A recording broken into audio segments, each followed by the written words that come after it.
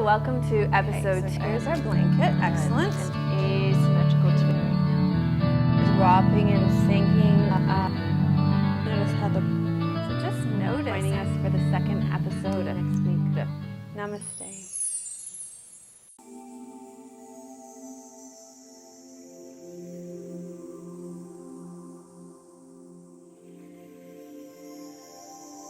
Hello and welcome to episode 33 of Namaste Yoga. We're filming from my house today, and I'm back from Vermont from Phoenix Rising Yoga Therapy. And look what the cat dragged in. She can't get enough of Namaste Yoga. So Ninka's back with us. Thank you, Ninka, for doing last week's show. I really appreciate that. And I'm sure all of you enjoyed that out there as well. And today we're starting a series of yoga classes around the Yamas and the Niyamas from Patanjali's Yoga Sutras. The Yamas and the Niyamas are considered the ethical codes to live by. They're often equated to the Ten Commandments in the Christian Bible. And I don't know about you, but when I heard the word ethics, on the one hand, I get I want to yawn. It just sounds so boring. But then on the other hand, I think, if we have to talk about ethics, that's because there's something really juicy going on. So I actually get really interested too. So anyway, we're going to start with Ahimsa. And I just wanted to show you one of my absolute favorite new things right now. As many of you know, I have a yoga show that you're watching, but I also have a radio show. And on May the 26th, I'm going to be interviewing Nikolai Bachman about this fantastic new product that he's put out. It's called the Yoga Sutras, and it's not a book, although there's a book in it. So there's cards in here, and we're going to be working with the first yama, Ahimsa, this week. And you'll see there's little quotes on the back of, kind of like flashcards that tell you about them. And then there's the whole book on this. Nikolai Bachman's a Sanskrit scholar. And this is what I listened to on my way to Vermont. There's this whole set of CDs too. And on one of the CDs in particular, he actually chants the entire Yoga Sutras. So I just think this is a fantastic translation. The other thing that I love about this translation is it's non-linear. It doesn't start at the beginning and translate right to the end. Instead, he pulls concepts out and works with various concepts from the Yoga Sutras. So I just think that's fantastic. And you can get it at Sounds True. And I was saying, I believe, it comes with a pretty big price tag, but it's well worth it. And I believe the price was $108, which Ninka was saying was a really auspicious number, of course. So. And I don't know why that never really occurred to me before. But anyway, I love it. It's my favorite now alongside The Secret Power of Yoga. I love that translation too. This is another favorite now, translation of the Yoga Sutras. So you can actually go ahead and rest back. We're going to start with some guided reflection and setting some intention before the practice today. So just give yourself a chance to settle in and begin to follow your breath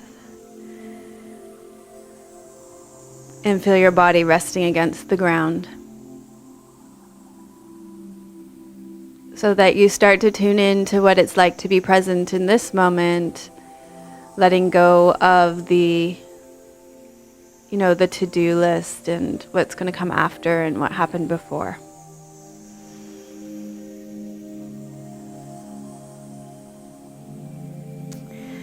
So we're starting our series of classes with the Yamas and the Niyamas.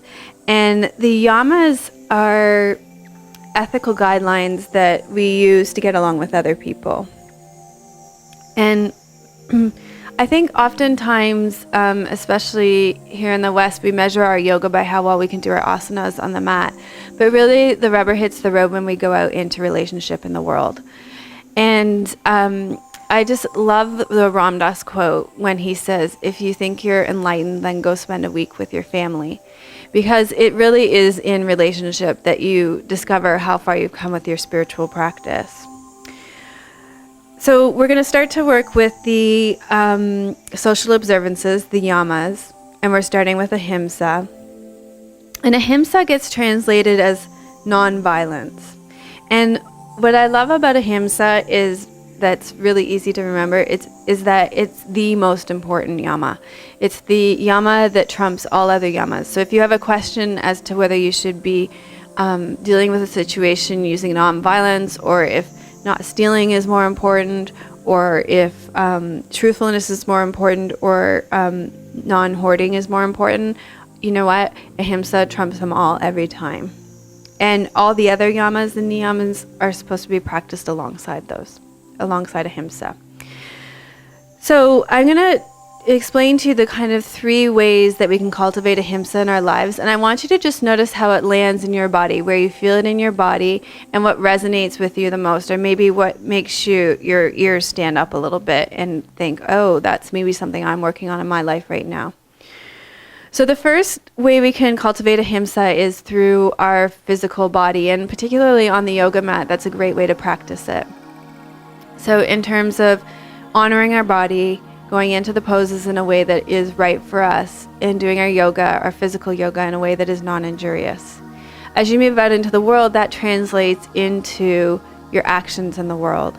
So that's one aspect. The second aspect is through your words.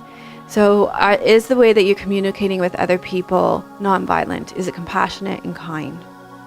And then the third way, and this is another really great aspect of Ahimsa to cultivate within your yoga practice, is nonviolence in your mind and your thoughts.